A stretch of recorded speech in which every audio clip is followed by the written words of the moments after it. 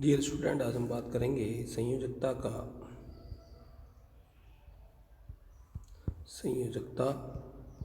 का आबंध सिद्धांत, यानी कि वैलेंसी बॉन्ड थ्योरी। इसको इन शॉर्ट हम वीबीटी भी कह देते हैं। ठीक है, तो संयोजकता के आबंध सिद्धांत से संबंधित कुछ महत्वपूर्ण बिंदु हैं जो कि यहाँ दिए गए हैं। चलिए उन्हें बिंदुवार हम स्टडी कर लेते हैं। तो सबसे पहला है कि केंद्रीय धातु परमाणु अपनी कोऑर्डिनेशन नंबर के बराबर खाली संकरित कक्षक उपलब्ध कराता है। देखिए, इनको यहाँ थोड़ा सा आप स्टडी करेंगे तो अभी ऐसा हो सकता है कि आपकी समझ में ना आए, लेकिन मैं इसको थोड़ा सा समझाने के बाद फिर बाद में एक्सप्लेन करूँगा। दूसरा है हमारा केंद्रीय धातु परमाणु N-1 D NS NP या NS NP या ND कक्षकों का उपयोग संकरण में कर सकते हैं। यानी पहले जो केंद्रीय धातु परमाणु हैं वो खाली कक्षक उपलब्ध कराता है। देखिए, अब इसको यहाँ समझ लेते हैं। अभी आपके समझ में यहाँ नहीं आया होगा कि एक्चुअली में है क्या। देखिए, मान लीजिए हमारे पास ये केंद्रीय धातु परमाणु हैं K4FeCN का होल 6। यदि इस K4 को यहाँ से हम हटाएं, चलो इस सारे को हटा लेते हैं। मान लीजिए हमारे पास जटिल आयन है FeCN का होल 6 4 माइनस का मतलब है Fe पर 2+। यानी जनरली हम Fe का इलेक्ट्रॉनिक विन्यास देखेंगे तो वो कितना है, 26 है। Argon 4s2 3d6। लेकिन यदि यहाँ पर इस Fe को देखेंगे तो ये Fe 2+ है। परमाणु क्रमांक वही रहेगा, इलेक्ट्रॉन निकल गए हैं, 26 की जगह 24 हो गए हैं। तो इस कंडीशन में इस S में से इलेक्ट्रॉन निकल गए, बचा हमारे पास 3d6। लेकिन जब ये Cn केंद्रीय धातु परमाणु की तरफ जाते हैं तो क्योंकि Cn एक प्रबल लिगैंड है, प्रबल लिगैंड वो होता है जो कक्षक में उपस्थिति है, कितना था, D5 था। 1 2 3 4 5 1 2 3 4 5 और एक 6। इसमें होता क्या है, ये जो Cn है ये केंद्रीय धातु परमाणु की तरफ आते हैं 2 इलेक्ट्रॉन लेकर, और एक कक्षक में 2 इलेक्ट्रॉन आ सकते हैं। तो 6 Cn है तो 6 Cn, हर Cn 2 इलेक्ट्रॉन लेकर आएगा, और वो जो इलेक्ट्रॉन होंगे वो कौन किसके पास जाएंगे, Fe के। तो Fe के पास उनको रखने के लिए कुछ कक्षक चाहिए। तो जब Cn परमाणु Fe की तरफ आएगा तो ये जो 3d6 है, यदि आप इसकी बात करें 1 2 3 4 5, ये जो 3d6 है ये सिमट जाएंगे, क्योंकि ये कैसा है, स्ट्रॉन्ग लिगैंड है। स्ट्रॉन्ग लिगैंड है तो इन सारों को एक साथ यहाँ पर ये सिमट देगा। तो अब हमारे पास ये जो 3d के 2 कक्षक खाली पड़े हुए हैं। ठीक है, चलिए, यानी कि मतलब ये जो है हमारे पास ये FeCN जब Cn माइनस Fe की ओर बंद बनाते हैं। ठीक है, अब हुआ क्या, ये जो आपका Fe था, Fe Cn का होल 6 4 माइनस, यही तो बनना है, ये Fe सेकेंड है, इसकी सही आक्षेपण संख्या कितनी है, सेकेंड। तो अब यदि हम इस कंडीशन में देखें इसे, ठीक है, Fe 2+ वाली कंडीशन में इसको देखें तो हमें पता चलेगा कि 4s तो खाली है और 3d में कितने इलेक्ट्रॉन है, 6 हैं। d का मतलब कितना होगा, 5, 1 2 3 4 5, और एक आपके पास आ गया 4s और एक आ गया आपके पास 4p। भाई कक्षाएं तो ऐसी चलेंगी, 3d 4s और 4p। अब इसके जो 6 इलेक्ट्रॉन थे FeCN को होल 6 की, इसकी बात चल रही है प्रॉपर, ठीक है। तो इसके जो 6 इलेक्ट्रॉन थे ये 6 के 6 यहाँ आ गए, सॉरी,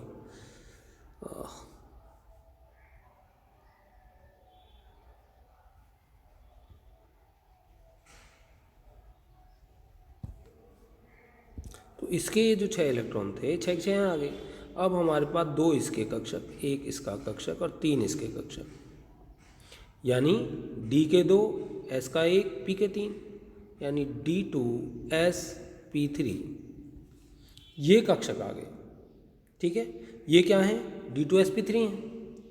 ये क्या है कक्षक आपके? D2sp3 हैं। समझ में आ रही बात? अब यदि आप यहाँ देखें तो एक CN, एक मिनट इन्हें इरेज कर देते हैं हम यहाँ से। अब ये जो हमारे पास कक्षक आए हैं, एक CN तो यहाँ आएगा, दूसरा CN यहाँ आएगा, तीसरा CN यहाँ आएगा, चौथा CN यहाँ आएगा, पांचवा CN यहाँ आएगा और छठा CN आएगा। छठा CN हमारे पास यहाँ आएगा। इस प्रकार 6 CN और एक CN के कितने इलेक्ट्रॉन? 2 इलेक्ट्रॉन। तो हमारे पास संकरण जो बैठा वो बैठा D2, यानी 2D कक्षक हैं, sp3, ये संकरण आया हमारे पास। तो यानी D कक्षक जो है, अब हमारे पास पहले आया D कक्षक, और ये D कक्षक कौन सी कक्षा का है? 3 का है, और बाह्यतम कक्षा कौन सी है? 4 है। तो यदि हम आंतरिक D कक्षक का इस्तेमाल करेंगे तो इनर ऑर्बिटल कॉम्प्लेक्स, यदि 4s 4p और 4d, यदि हम 4d का इस्तेमाल करेंगे तो आउटर ऑर्बिटल कॉम्प्लेक्स। अब हम थ्योरी की तरफ चलते हैं तो हमें पता लगेगा कि थ्योरी से हमारे ये चीज़ें समझ में आ जाएंगी आराम से। तो सबसे पहला काम हमारे पास होता है कि केंद्रीय धातु परमाणु जो है, इसकी केंद्रीय धातु परमाणु अपनी कोऑर्डिनेशन नंबर के बराबर खाली संकरित कक्षक उपलब्ध कराता है। दूसरा, केंद्रीय धातु परमाणु आंतरिक 4n मतलब 3D, वहाँ यदि देखें हम उस केस को यदि हम देखें तो कौन सा? 3D। और ये क्या हो गया? NS और NP, एक तो संकरण ये हो सकता है, यानी D2sp3 जो भी आया था। एक संकरण हो सकता है हमारे पास NS NP एंड D, यानी कि 4s 4p और 4d कक्षकों का इस्तेमाल हो, तो ये इस प्रकार का संकरण आ सकता है। नेक्स्ट पॉइंट हमारे पास विभिन्न संकरणों के कारण ज्यामिति निम्नलिखित होती है। जैसे sp की लीनियर है, sp2 की ट्रायगोनल प्लेनर है, dsp2 की स्क्वायर प्लेनर है, और sp3 जो है टेट्राहेड्रल है, और हमारे पास dsp3 जो है ये ट्रायगोनल बाइपिरामिडल है, dsp3 जो है ये स्क्वायर पिरामिडल वर्गाकार पिरामिडीय है, d2sp3 जो है इनर ऑर्बिटल ऑक्टाहेड्रल है, और sp3d2 जो है आउटर ऑर्बिटल ऑक्टाहेड्रल है। अब इनको थोड़ा सा विस्तार से हम यहाँ पढ़ते हैं। देखिए sp जो है, जब हमारे पास कोऑर्डिनेशन नंबर हो 2 तो हमारे पास यहाँ पर संकरण होगा sp। ठीक है, संकरण क्या होगा हमारे पास? sp होगा। sp का मतलब है लीनियर, रेखीय, यानी कि रेखीय। ठीक है, एक कंडीशन हो गई है। दूसरी कंडीशन है हमारे पास जब कोऑर्डिनेशन नंबर हो 4। जब कोऑर्डिनेशन नंबर 4 होगा तो हमारे पास 2 कंडीशन होंगी।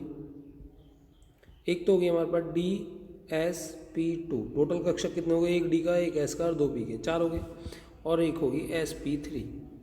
तो dsp2 का मतलब है स्क्वायर प्लेनर,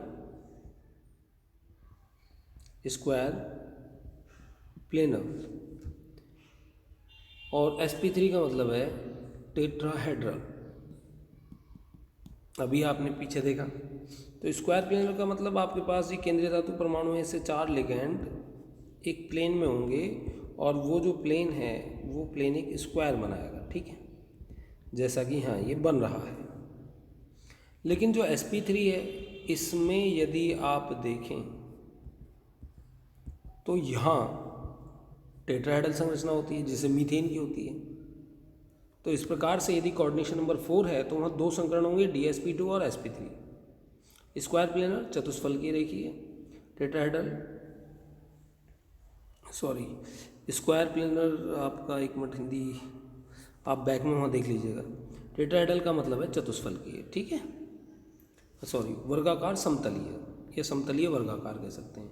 स्क्वायर प्लेनर का मतलब है वर्गाकार समतलीय। अब नेक्स्ट जो हमारे पास पॉइंट है वो कोऑर्डिनेशन नंबर 5 है। कोऑर्डिनेशन नंबर 5 है तो हमारे पास जो संकरण होगा वो sp3d होगा।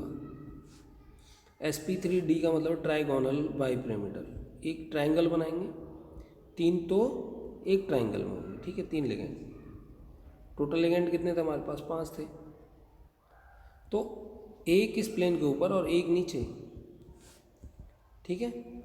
अब इसे हम कहेंगे ट्राइंगल,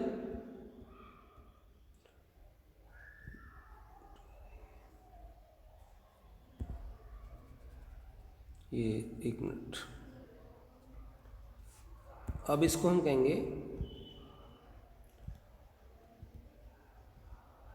ट्राइंगल बाइपिरामिडल, ठीक है।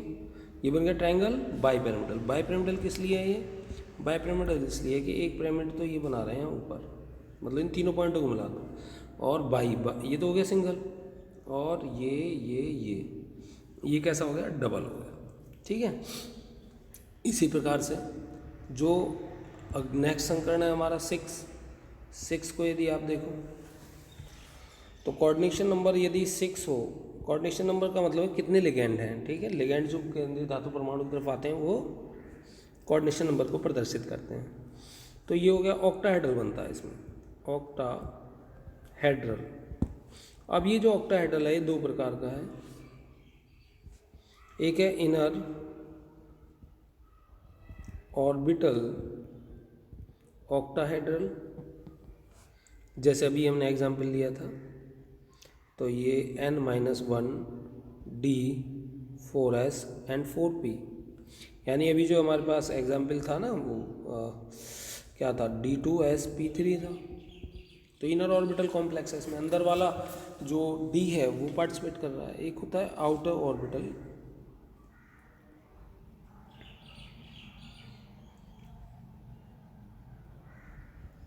आउटर ऑर्बिटल ऑक्टाहेड्रल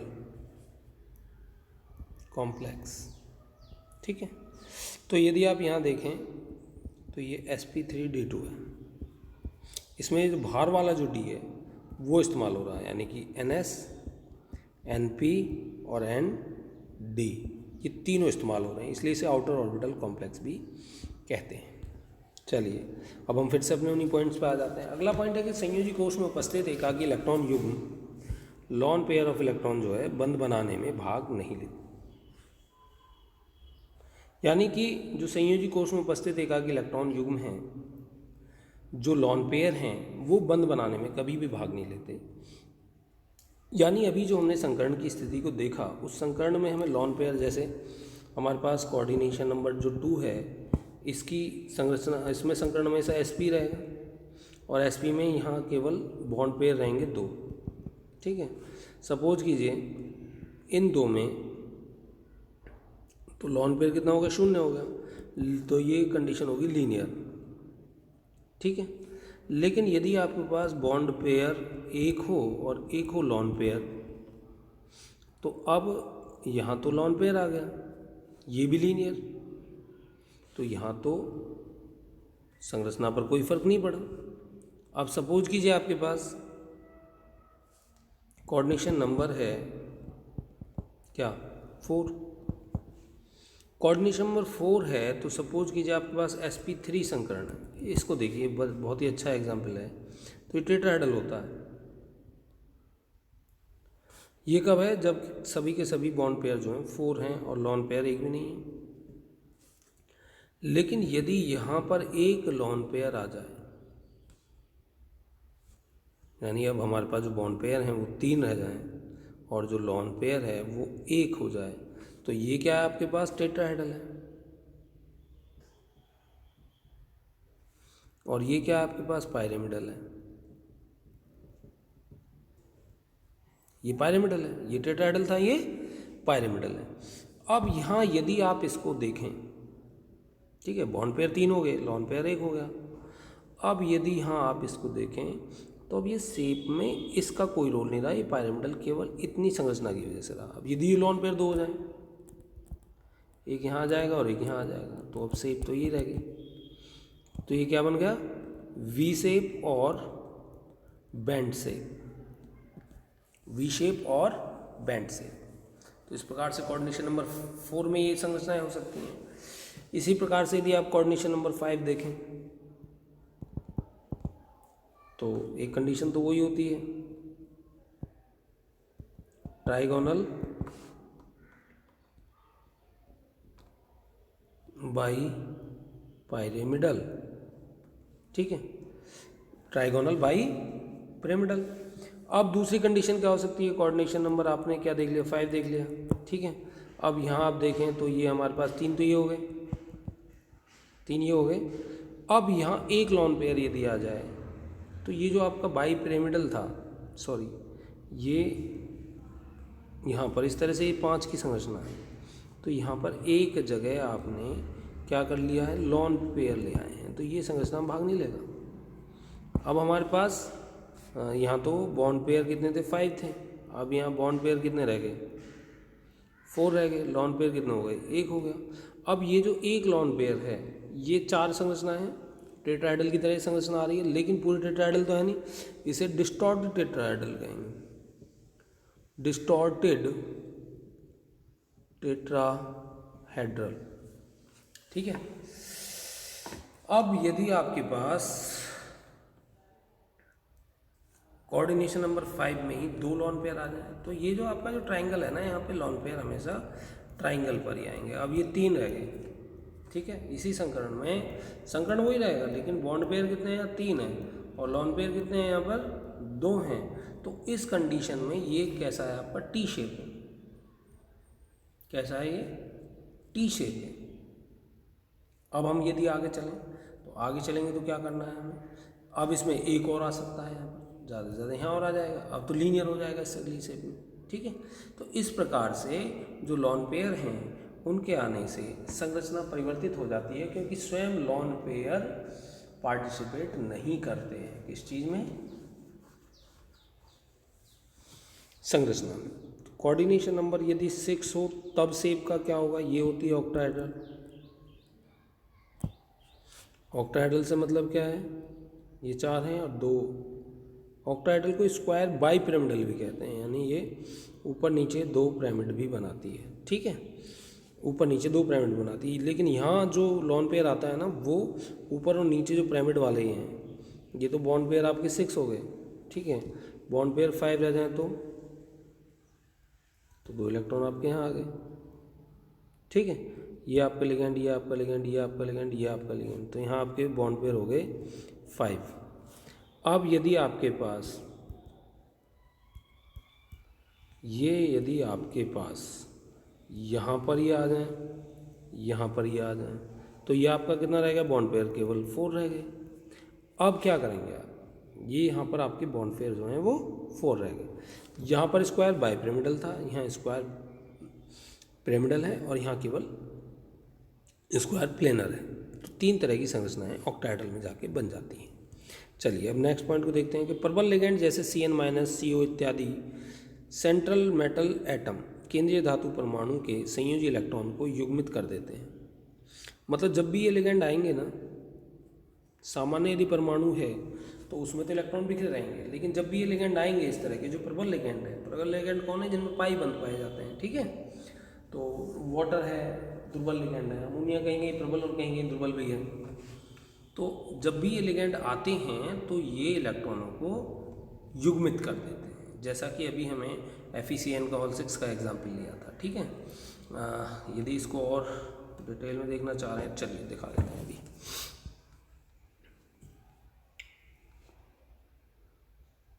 यहाँ देखिए, अब आप Fe2H2 2 प्लस बाहर आ जाएगा, यहाँ सेकंड है तो 2 प्लस बाहर आ जाएगा। Fe कितना होता है 26 में देखें तो हम आर्गन 4s2 3d6। अब क्योंकि हम 2 प्लस की बात कर रहे हैं तो बचा क्या हमारे पास 3d6 बचा। d6 का मतलब है हमारे पास 1 2 3 4 5, यानी 1 2 3 4 5 6 इलेक्ट्रॉन हो गए। तो यहाँ पर खाली तो एक भी नहीं है, खाली एक भी नहीं है, तो 4s का यूज़ होगा और 4p का यूज़ होगा, 4s का और 4p का यूज़ होगा।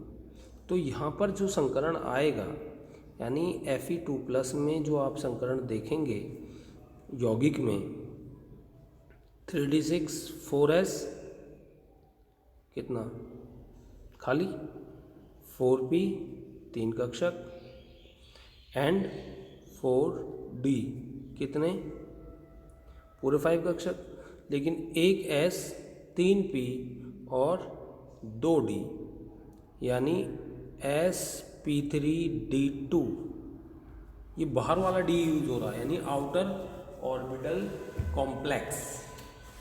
क्या बन गया ये? आउटर ऑर्बिटल कॉम्प्लेक्स बन गया। ठीक है, लेकिन यदि यहीं पर जैसा कि पहला एग्जाम्पल था हमारा, स्टार्टिंग वाला जो एग्जाम्पल था, यदि आप उसको देखें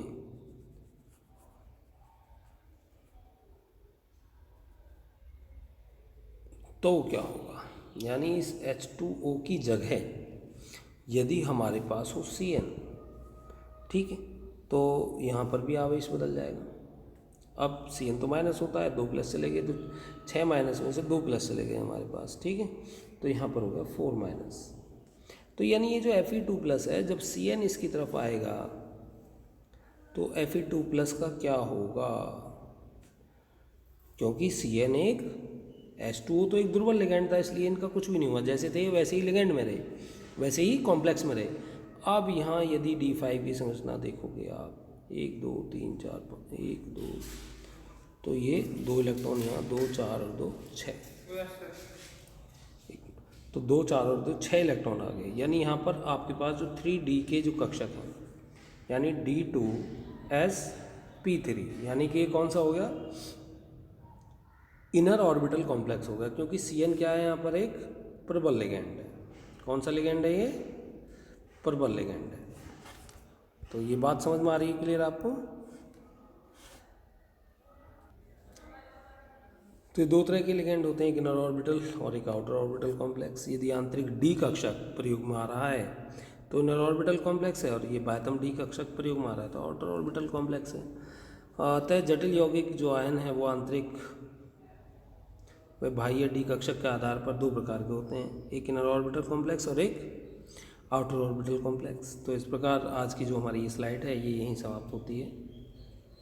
एक और चीज़ है, जो आपके पास कॉम्प्लेक्स है, यदि उसमें अयुग्मित इलेक्ट्रॉन है, ठीक है, यदि सिंगल भी अयुग्मित इलेक्ट्रॉन है तो वो अनुचुंबकीय है, और यदि उसके पास एक भी अयुग्मित इलेक्ट्रॉन नहीं है तो वो कैसा हो जाएगा, डायमैग्नेटिक हो जाएगा, प्रतिचुंबकीय हो जाएगा। चलिए आज का ये टॉपिक यहीं समाप्त होता है।